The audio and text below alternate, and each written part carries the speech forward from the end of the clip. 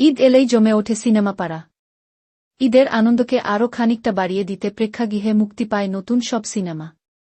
আর cinema হলে ভিড় জমে দর্শকের। এবারের ঈদুল ফিতরে ১.৫ শতাধিক প্রেক্ষাগৃহে মুক্তি পেয়েছে ৬টি নতুন সিনেমা। সিনেমাগুলো নিয়ে আলোচনা হলেও দর্শকের বেশি আগ্রহ দেখা গেছে মাত্র ২-৩টিতে।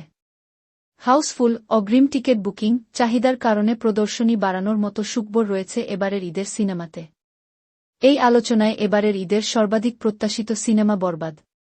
মেহেদী হাসান হৃদয় পরিচালিত ও শাকিব খান অভিনীত সিনেমাটি ১-২-০টি হলে আলো ছড়িয়েছে। মুক্তির প্রথম দিন থেকেই মাল্টিপ্লেক্স ও সিঙ্গেল স্ক্রিনে আশানুরূপ সাড়া জাগিয়েছে বরবাদ।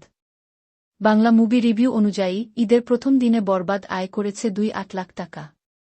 পরের দুদিনের তথ্য পাওয়া না গেলেও ব্যাপক হারে দর্শক আগ্রহের কারণে প্রদর্শনী সংখ্যা বাড়িয়েছে ব্লকবাস্টার সিনেমাস ও লায়ন সিনেমাস কর্তৃপক্ষ, যা নির্দিষ্ট কোনো সিনেমার জন্য কোনো মাল্টিপ্লেক্সের সর্বোচ্চ সংখ্যক প্রদর্শনী। বৃহস্পতিবার সরেজমিনে যমুনার ব্লকবাস্টার সিনেমাসে গিয়ে দেখা যায় শাকিব খানের বরবাদ সিনেমা দেখতে দর্শকের উপচে পড়া ভিড়। দীর্ঘ লাইন ধরে সবাইকে টিকিট নিতে দেখা যায় সবাইকে। ব্লকবাস্টারের প্রদর্শনী তালিকায় দেখা যায়, বেলা ১:৪০ থেকে রাত ১:১০টা পর্যন্ত মোট ১০০টা শোয়ের শিডিউল রেখেছে কর্তৃপক্ষ। এর মধ্যে রয়্যাল ক্লাব তথা ভিআইপি হলে শাকিব খানের বরবাদ সিনেমা দেখার ব্যবস্থা রাখা হয়েছে ৪টি আলাদা সময়ে, যেখানে প্রথম শো শুরু বেলা ১:০২টায় এবং শেষ শো দেখা যাবে রাত ৮:০৪-৫। এদিকে ব্যাপক চাহিদা থাকায় গাইবান্ধার রোমা প্রেক্ষাগৃহে মধ্যরাতেও প্রদর্শনী হয়েছে সিনেমাটির।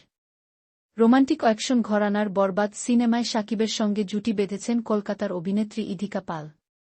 আরও রয়েছেন যিশু সেনগুপ্ত, মিশা সওদাগর, শহীদুজ্জামান সেলিম ও ফজলুর রহমান বাবু। একটি আইটেম গানে দেখা দিয়েছেন কলকাতার নায়িকা নুসরাত জাহান।